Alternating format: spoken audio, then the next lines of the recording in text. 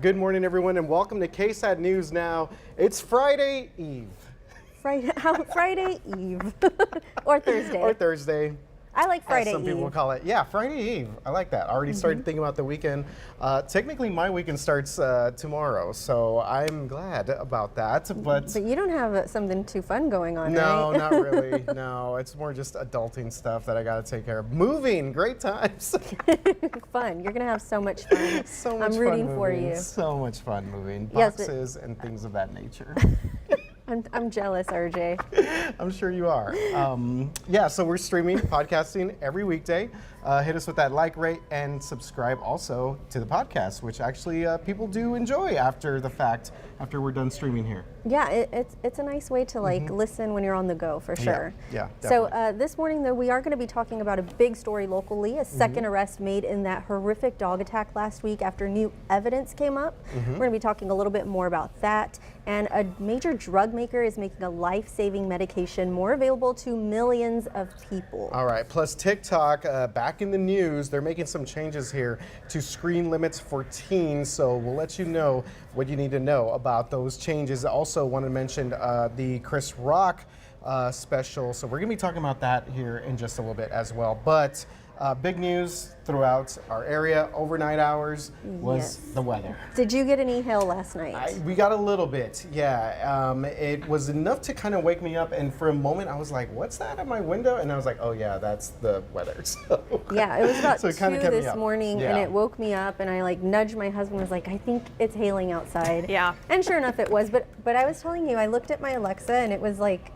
only 2 minutes where it lasted. Pretty quick. It was so quick. That's good because for some, not so lucky, especially with that big kind of isolated severe thunderstorm that we had originate near Zavala and Frio County. Then that kind of just tracked eastward through Atascosa County, and that even moved through Wilson County near 181, Fall City, things like that. This was a photo that we got in via KSAT Connect in Frio County near the Hilltop area in Dilley. This was when the storm was really in one of its most intense forms out there. Baseball-sized hail was reported. In some spots even larger, so there was some damage that was reported out that way as well.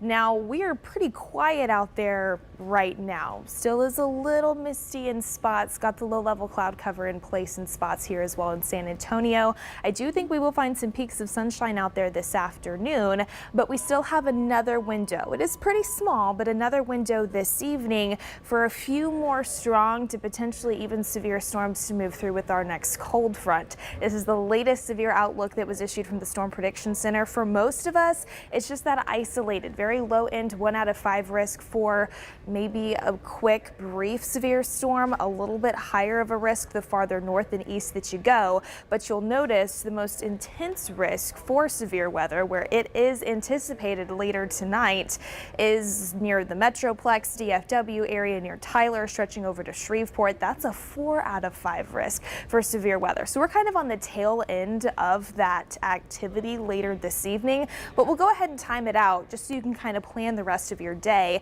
Notice just to the west of the Lone Star State, approaching the southern reaches of New Mexico, that's an upper level area of low pressure. That energy is going to move into the state of Texas here throughout the remainder of the day, and that's what's going to help push that cold front through. So there are those peaks of sunshine that move in this afternoon. This is 2:30 p.m. here on your Futurecast. The window that we'll be monitoring for storms, I think, in south central Texas today is generally in between about 4 p.m. farther west to 9 to 10 p.m. farther east. So this is about 5 p.m.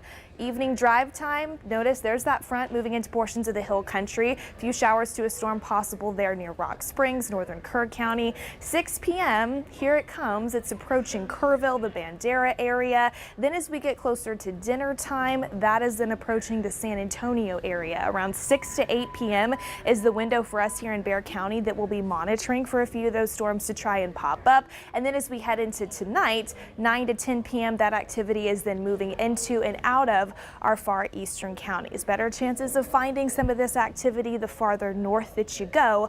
Generally, if a storm does require some extra attention, we'll be monitoring for some additional hail as well as some strong gusty winds with some of those stronger storms. After that, again, coverage isn't for everybody, but after the front does move through, what pretty much is going to affect everybody, gusty northwest winds. It is going to be downright windy after we see that front pass by. Here in San Antonio, some wind gusts upwards of 40 to 45 miles per hour, certainly possible tonight and into the early morning hours of our Friday. Even higher gusts possible the farther west as you go closer to the Rio Grande. So before that front even gets here today, a good idea to secure any loose lawn items and also bring those empty trash cans and recycle bins closer to the house so that they're not tumbling down your street.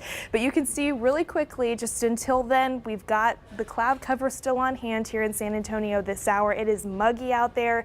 Temperatures are in the mid 70s. I do think we will find some peaks of sunshine this afternoon. Daytime highs still climb into the 80s yet again, and it will turn windy later this evening, even windier tonight. And what that wind is going to do is filter in that drier air, elevated fire danger in the works tomorrow as well. And then as we head into the upcoming weekend, notice comfortable mornings in the 40s and 50s, but then that warming trend is going to take back over as we head into next week with some additional highs climbing into the 80s, guys. All right, so we got some interesting weather coming up here in the next couple of days. So yeah, a lot of people saw some of that hail damage in our viewing area, so hopefully everyone's okay though. Yeah. Yes, definitely. and thank you to our viewers for always sharing their photos with us on KSAT Connect, because I always find that super interesting. That size next to the baseball was just, I don't think I've ever seen hail that big in real life. And it's so important too to get like the ground truth results. You know, we can see what the radar is detecting, but to actually see what people are finding out there, I mean, those pictures are just invaluable sometimes, as long of course as they're taken safely. There we go, yeah. And again, our weather team did a great job covering these storms overnight and into the early morning hours. Thank you very much, Mia. You're welcome, guys. Appreciate you as usual. All right. Moving on to our top story here of the day, and this is an update on that deadly dog attack from last week. So a second person is now facing charges in connection with the death of 81-year-old Ramon Nahara. 31-year-old Abilene Schneider was arrested yesterday. She is the wife of Christian Moreno, who was arrested on Friday just hours after that attack happened.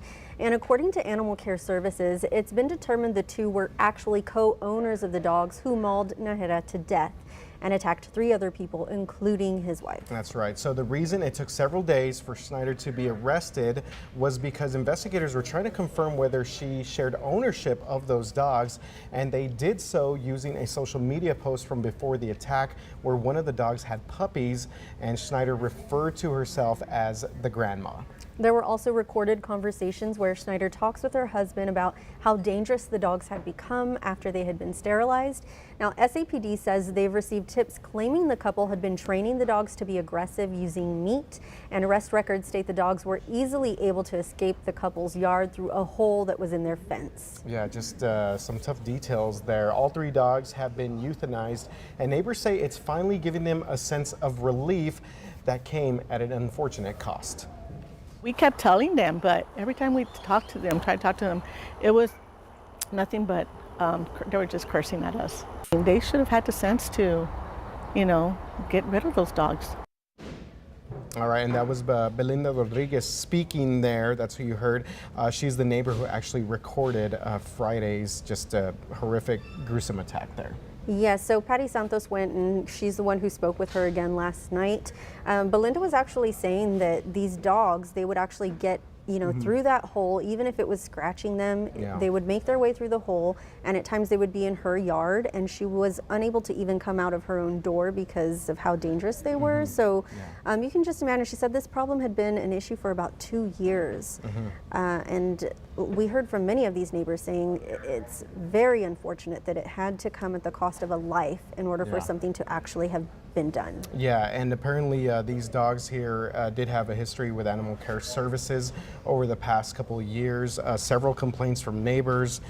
These neighbors were said the dogs were stray and neglected, and obviously based on some of that reporting there in the police report. When you talk about training animals with meat and things like that, it gets really, really kind of a dangerous situation all the way around.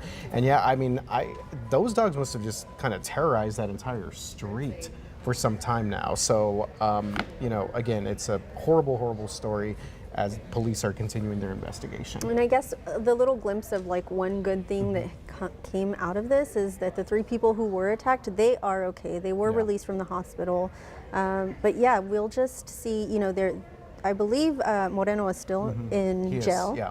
And so this is far from over. Yeah. So we'll see what happens. Yeah, definitely. We'll continue to follow this. Moving on to some big sort of health medical news here. Drug maker Eli Lilly announced this week that it's reducing the cost of its insulin by, get this, 70%. This caps out-of-pocket insulin costs for people at $35. That's for those with private insurance at participating pharmacies, so it's not just everywhere. That's right. Eli Lilly also says it's cutting the listing price of its non-branded insulin to $25 per vial, making it the cheapest mealtime insulin available. The American Diabetes Association says costs for insulin nearly tripled from 2002 to 2013. And get this, more than 37 million Americans live with diabetes. So hopefully this is going to make it a little bit more affordable for at least some of those people. Yeah, and I'm sure that maybe everyone kind of knows someone that's affected by diabetes. I've had some family members unfortunately have to be diagnosed with that, and some friends as well, and they talk about these prices. Apparently the US compared to other countries had some of the highest prices of this medication, and back in 2018, I'm reading a report here, said that one vial of insulin in the US in an average was about $100. So yeah, that is a huge, huge drop in prices there, and that's good news for those people that have diabetes. Yeah. No, definitely. Okay, well, TikTok. Are you a TikToker? I do use TikTok, yes. Are you? You do? No, I don't. You gotta get on it. Well, I know. You do some really creative stuff on there. It's pretty good stuff. Well, they're back in the headlines, and this time it's for parental controls, and that's because the social media platform is rolling out screen time limits for users under 18. So every TikTok account belonging to users under 18 years old will soon automatically get set to a 60-minute daily screen limit. And the goal is to basically help teens manage their time using the app. All right, so this change is expected to roll out in the next couple of weeks. And here's the catch. Teens will be able to opt out of the screen limit, but they will have to enter a passcode. So basically the code, I guess, is going to prompt right after you're on there for an hour, and then I guess you have the choice if you want to continue or not. So TikTok says that that will require them to make an active decision to stop scrolling or continue on TikToking. I feel like, I do use TikTok, but this goes for all social media and screen time and that kind of conversation. But anytime you sit down and you just start scrolling, the time can really just fly by. Oh yeah, it definitely does. Yeah, so I think seeing that prompt, do you want to continue?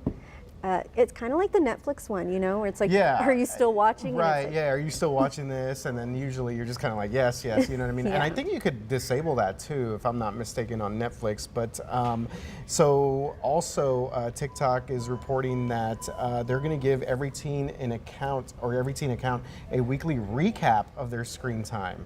So love that. Every time I get that from my phone that says that my percentage went up by blah, blah, blah percent. It's for work, It's always right? up. It's never down. What's up with that? It's because, you know what? I watch a lot of sports on this thing. That's what I said. Tell yourself. It's for work. It's research. Yeah, it's for work, research, okay? Stop shaming me, iPhones. Well, I have a teen, but she is not on social media yet. Okay. So I haven't run into this problem. Screen time is something that we're constantly talking about, but she doesn't have any social media accounts. Yeah. But when she does, because I'm sure, that we're going to cross that line soon. When she does, this will be very handy. So yeah, definitely. It's a completely different world out. I remember you were talking about just screen time for the kiddos and a lot of our younger population. I mean, there's your kids, they live in a society now where that's just part of the norm. I mean, I remember not having a cell phone until I was 20. yeah. That's so weird. Remember? Yes, thank you. 20. Remember I was in college pagers, and didn't have a cell phone. Pagers and beepers and yeah, good times. Yeah. Ah, Anyway, yeah. how we have moved on. I know.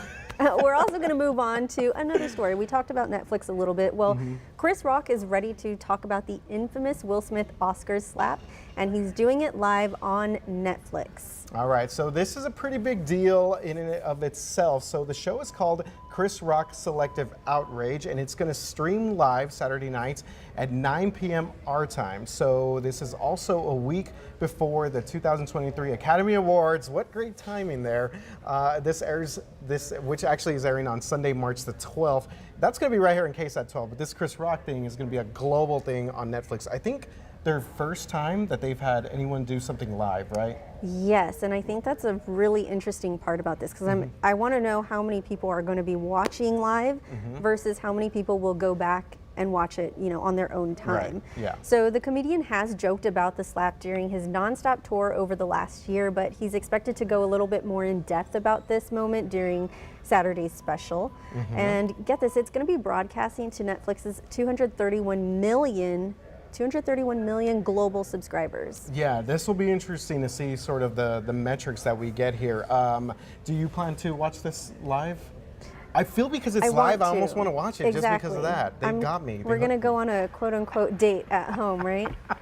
You're not going to be on your feet. Yeah, there you go. Yeah, if my husband's watching, I'm taking you on a date on Saturday. There we go. Yeah, so Will Smith, of course, here, he has been banned from attending the Oscars for 10 years because of that infamous slap, of course, which was brought on after Chris Rock made a joke about Jada Pinkett Smith, who is Will Smith's wife. So some other things here that you mentioned, he has joked a little bit about this, because remember, he was on tour, and he said in the Wall Street Journal, they asked him, like, the thing people want to know is, like, did it hurt? He said, hell yeah, it hurt.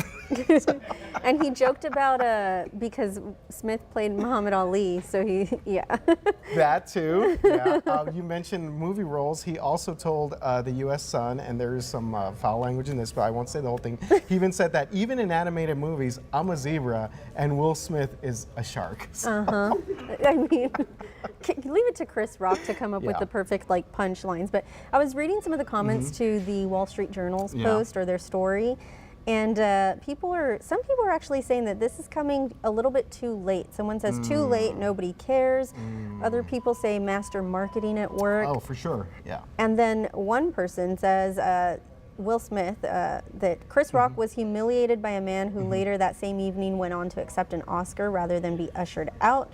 Yeah. So no one had Chris Rock's back. They're basically saying this is his time for redemption on Saturday. Yeah, definitely. And I think it makes all sense in the world that they're going to do this right before the Academy Awards because, the timing there. But, like I said, he's been talking a little bit about this. I'm curious to see if this is going to be more of like a introspective type of special. I know Dave Chappelle does a lot more of a story time kind of setup and things like that, as opposed to just an outright stand-up. But either way, I'll probably be watching if I could get done with that move. I know, right? You got to just settle, order a pizza and have some beer. Yeah, that's going to be good times there. So 9 o'clock, right? 9 o'clock Saturday. Yeah, I kind of feel like they're building this up that he's going to talk so much about it, and then he's not really going to talk that much about it. Or maybe he's just been saving stuff. He's been on the road. He's been kind of saving, waiting for this moment to kind of let loose. We'll see what happens. So watch and then report back next week. Yeah, there we go. We will definitely do that. Okay, guys, thank you very much for being with us on KSAT News Now. The Spurs are back at home after the rodeo road trip. They're taking on the Indiana Pacers tonight. Go Spurs, go! We need to get one of those bottom picks, though. Go Spurs, go! All right, we'll see you back here tomorrow at 11 a.m. Thanks for watching.